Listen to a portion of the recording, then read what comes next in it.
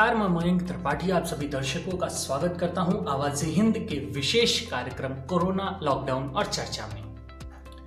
आज हमारे शो का 5वां एपिसोड है। इस एपिसोड में एक खासियत है और खासियत ये है कि ये जो चर्चा है, ये जो संवाद है, आज ये संवाद किसी मेहमान से नहीं, ये संवाद जनता और मेरे बीच होगी। जनता के सवालों को सरकार तक पहुंचाऊंगा मैं अपने शो के माध्यम से। सबसे पहले जान लेते हैं कि देश में आखिर कोरोना की वजह से क्या स्थिति उत्पन्न हो रही है। कुछ अपडेट्स। बढ़ते कोरोना के कारण आज अभी तक भारत में 52,952 केस कोरोना के दर्ज हो चुके हैं, जिसके साथ ही 1700 लोगों की मृत्यु हो चुकी है कोरोना संक्रमण से। इसको लेकर भारत सरकार काफी चिंतित नजर आ रही है, लेकिन कुछ मुद्दे ऐसे हैं भारत सरकार के जिन पर दृष्टि डालना आवश्यक है। पहला मुद्दा शराब का है। आपकी स्क्रीन पर एक स्क्रीनशॉट होगा जिसको मैं पढ़कर आपको सुनाता हूं। Director General of Police Praveen Sood says the overfall in crimes is 90%, which means where 10 crimes were being committed, only one was committed this April. This is the first time that we have seen such a low crime rate, and I don't think we will ever see such small numbers unless we are in a similar situation, Sood told Metro Life. इसका अगर हम हिंदी में अनुवाद करते हैं तो पता चलता है कि जो डायरेक्टर जनरल हैं बेंगलुरु के प्रवीण सूद पुलिस के, उन्होंने अपने एक इंटरव्यू में कहा था कि 90% केसेस इस महीने देश में कम पाए गए हैं। क्राइम रेट 90% कम हुआ है। लेकिन शायद मजे की बात यह है, भारत सरकार को उनका शायद ये इंटरव्यू पसंद नहीं आया, उनका ये बयान पसंद नहीं आया और देश में लागू हो गई शराब। एक बार फिर लोग चौराहों पर नजर आने लगे। नवभारत टाइम्स का एक स्क्रीनशॉट आपके स्क्रीन पर होगा, जरा इसको ध्यान से पढ़िएगा। इस स्क्रीनशॉट को मैं पढ़ के सुनाता हूं आपको। लॉकडाउन 3.0 में शराब की दुकानें खुलते ही बढ़ा क्राइम का ग्राफ। नवभारत टाइम्स के एक अखबार है जिसकी हेडलाइन है कि शराब की दुकानें खुलते ही क्राइम का ग्राफ बढ़ गया है। आगे एक और है, सोमवार को करीब 1.5 महीने बाद शराब की दुकानें खुली। इसके बाद ड्रंक ड्राइविंग केसेस अचानक से बढ़े हैं। कई राज्यों में सोमवार को सड़क पर शराब पीकर चल रहे लोग हादसे का शिकार हुए। हत्या, मारपीट की खबरें भी कुछ इलाकों से आई हैं। आंध्र प्रदेश में शराबी पति से तंग आकर एक पत्नी ने बेटी समेत सुसाइड कर लिया। छत्तीसगढ़ में एक युवक नशे में धुत होकर लोगों पर हंसिया से वार कर बैठा। यूपी में 2 गुट नशे में भिड़ गए। आपने देखा कि आखिर किस प्रकार उत्तर प्रदेश में और अन्य राज्यों में क्राइम रेट बढ़ गया है। इसका कारण शराब बन रही है। कल तक जो पुलिस सोशल वॉरियर बनकर देश के युवकों को अंदर बैठा रही थी, उनकी सुरक्षा कर रही थी कोरोना से, आज वो हाथ पर हाथ बांधे खड़ी है, क्योंकि ऊपर से ऑर्डर है कि अर्थव्यवस्था को ठीक करना है। संबित पात्रा का एक ट्वीट ऐप मैं आपको दिखाना चाहता हूं। अगर पॉपुलेशन डेंसिटी और कोरोना पॉजिटिव केसेस के अनुपात को देखें तो पाएंगे कि दिल्ली आज भारत में सर्वाधिक संक्रमित राज्य है। टीवी पर अभी शराब की दुकानों के जो दृश्य दिख रहे हैं वो डराने वाले हैं। दिल्ली सरकार को व्यवस्था ठीक करने की आवश्यकता है, वरना कोरोना युद्ध पर पानी फिर जाएगा। संबित पात्रा की चिंता आप देख रहे होंगे। संबित पात्रा की चिंता बेहद जायज है। शराब की लंबी लंबी कतारें लगी हैं दुकानों के बाहर। इससे कोरोना संक्रमण फैलने का खतरा और अधिक बढ़ जाता है। लेकिन मेरा प्रश्न संबित जी से ये है कि जब आपको इतना पता था कि इस तरीके की गतिविधियां देश में हो सकती हैं, तो लॉकडाउन के वक्त, कोरोना काल के वक्त शराब को दोबारा लागू करने की आवश्यकता क्या पड़ गई? क्या राज्य सरकारों के पास इतना पैसा नहीं है? पीएम केयर फंड, जिसमें रेलवे ने खुद अकेले 151 करोड़ रुपए जमा किया है, और ना जाने कितने बड़े बड़े लोगों ने, उद्योगपतियों ने पैसा पीएम केयर्स फंड में दान में दिया है, जमा करवाया है, उस पैसे का उपयोग किया नहीं जा सकता था? हमारा दूसरा मुद्दा बेहद ही अहम होने वाला है। यह मुद्दा है इस्लामोफोबिया का। आखिर जो पिछले दिनों से मुख्य धारा की जो मीडिया वो इस्लाम के विषय में जो धारणाएं पेश कर रही है देश के सामने, उस पर मैं प्रश्न थोड़े उठाना चाहूंगा। सबसे पहले आपकी स्क्रीन पर एक ट्वीट प्रधानमंत्री नरेंद्र मोदी का। COVID-19 does not see race, religion, color, caste, creed, language or borders before striking. Our response and conduct thereafter should attach primacy to unity and brotherhood. इसका अर्थ है कि कोविड-19 यानी कि कोरोना संक्रमण ना ही किसी का रंग, रूप, शक्ल या उसकी जात या उसका धर्म देखता है, लेकिन अब बात करते हैं उत्तर प्रदेश के चरखारा जिले से विधायक बृजभूषण राजपूत की, जिनका एक वीडियो सोशल मीडिया में काफी वायरल हो रहा है कि आखिर वो किस तरीके से एक मुसलमान सब्जी वाले को उसके बच्चे के सामने प्रताड़ित करते हैं। बताओ क्या नाम बताओ अपना नाम क्या है बेटा? तू बोल, सही बोल। तू बोलेगा तेरा बाप बच जाएगा, नहीं तो बता रहा हूँ। बताओ। झूठ बोल रहा था मुसलमानों के। क्या बोल रहे बे? अरे भैया राजकुमार से बोलते रहते हैं। जब नाम पूछा जा रहा है तुम्हारा, क्या नहीं बता रहे हो? छोड़ दिया, अब नहीं करेंगे। चलो अबे रारे झूठ क्यों बोलता है तू? हम अब नहीं करेंगे। बस्ती में दिख नहीं जाना यहाँ पे तुम लोग। आज के बाद दिख नहीं जाना तुम लोग, नहीं तो मार मार के ठीक कर देंगे। और झूठ क्यों बोलते? राजकुमार नाम है तुम्हारा। मुसलमानों के अपना नाम झूठ बोलते हो।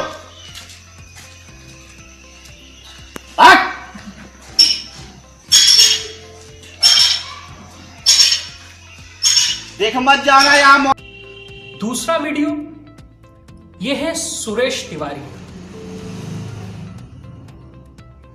ये नगर पालिका में सरकारी अफसरों के सामने खड़े होकर कहते हैं कि मियां भाइयों से कोई भी सब्जी या सामान नहीं लेगा। कोई भी मियां के यहाँ से सब्जी नहीं लेगा। इन अंधभक्तों के चलते आखिर जो देश में स्थिति उत्पन्न हुई है उसका असर विदेश में कितना पड़ा है, आप आगे देखिएगा। सबसे पहले आपके सामने दुबई के एक सौरभ उपाध्याय का मैं ट्वीट आपके सामने पेश करना चाहूंगा। ये लिखते हैं अपने ट्विटर हैंडल पे, Muslims must stop finding ways to defend Tabligis. The damage has already been done. The least you can do is accept and condemn it. and not behave like religious fanatics. No Hindu supports a criminal like Asharam. Similarly, you should also stop licking terrorist Maulana Saad's bottom. इन्होंने मौलाना साद के लिए और मुस्लिम लोगों के लिए लिखा है. What's with peaceful people and spitting? New form of jihad custom made for 2020. Though they were still stuck 1400 years in past and didn't believe in progressing or changing the words spoken. आपने देखा कि किस तरीके से ये सौरभ उपाध्याय जो कि एक भारतीय हैं दुबई में बैठकर अंधभक्तों की बातों में चलते हुए अंधभक्तों की तरह किस तरीके से मुस्लिम लोगों को, तबलीगी जमात के लोगों को, किस तरीके से एक कौम को, मुस्लिम कौम को किस तरीके से आखिर निशाना बनाते हैं. वहीं वहां की प्रिंसेस ने एक सख्त कदम उठाया और सौरभ उपाध्याय जैसे अन्य लोगों को एक हिदायत दी है अपने इस कृत्य के माध्यम से. Anyone that is openly racist and discriminatory in the UAE will be fined and made to leave an example. उनका ये ट्वीट आपके सामने पेश है. आपने देखा कि किस तरीके से उन्होंने दुबई से बाहर निकाल दिया इनको. जो OIC है, ऑर्गेनाइजेशन ऑफ इस्लामिक कंट्रीज, 57 देशों से मिलकर बना है जिसमें 57 मुस्लिम कंट्रीज शामिल हैं. हालांकि वो कोई नहीं होता है कि हमारे भारत देश में क्या हो रहा है उस पर वो चर्चा करे या उसमें हस्तक्षेप करे, लेकिन जंगल में रहकर शेर से बैर नहीं करना चाहिए. वही परिस्थिति है. उन्होंने एक एक्शन लिया है. वो चाहते हैं कि जो भारत में मुस्लिम लोगों के साथ हो रहा है अगर वो बंद नहीं होगा तो जो इस्लामिक कंट्रीज में मुस्लिम भाइयों के साथ जो भारतीय रह रहे हैं, जो हिंदू रह रहे हैं, उनके साथ भी ठीक वही किया जाएगा. इस्लामोफोबिया का क्या असर पड़ रहा है धीरे धीरे देश पर आप समझ सकते हैं. वहीं दूसरी तरफ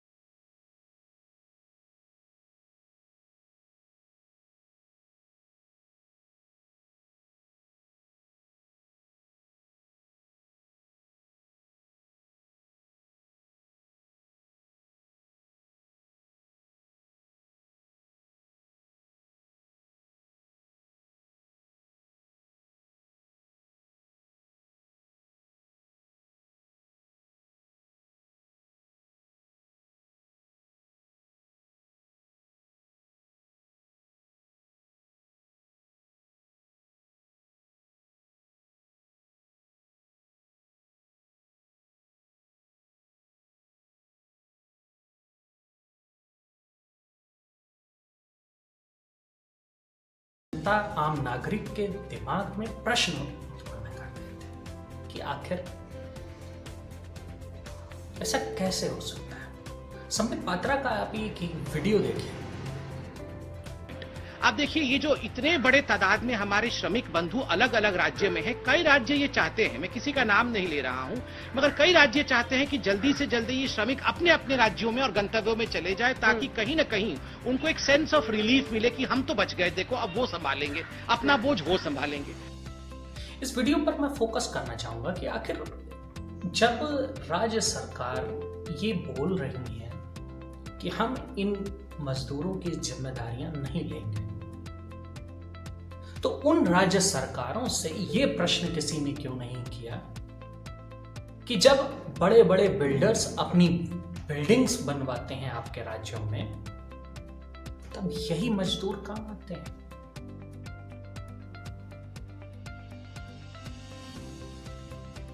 क्यों उन मजदूरों को कोई भी राज्य अपने राज्य में रखने को तैयार नहीं है? क्या वो टैक्स नहीं देते? अगर आपके राज्य में, अगर उत्तर प्रदेश में यदि कोई बिहारी रहता है तो वो चीज तो बिहार से नहीं मंगाता होगा। अगर 2 रुपए की भी कोई चीज लेता है तो 50 पैसा टैक्स तो देता ही होगा। लेकिन फिर भी आज देश में अपना अपना मचा हुआ है।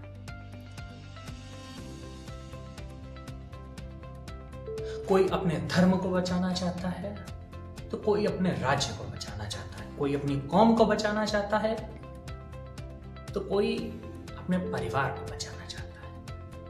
लेकिन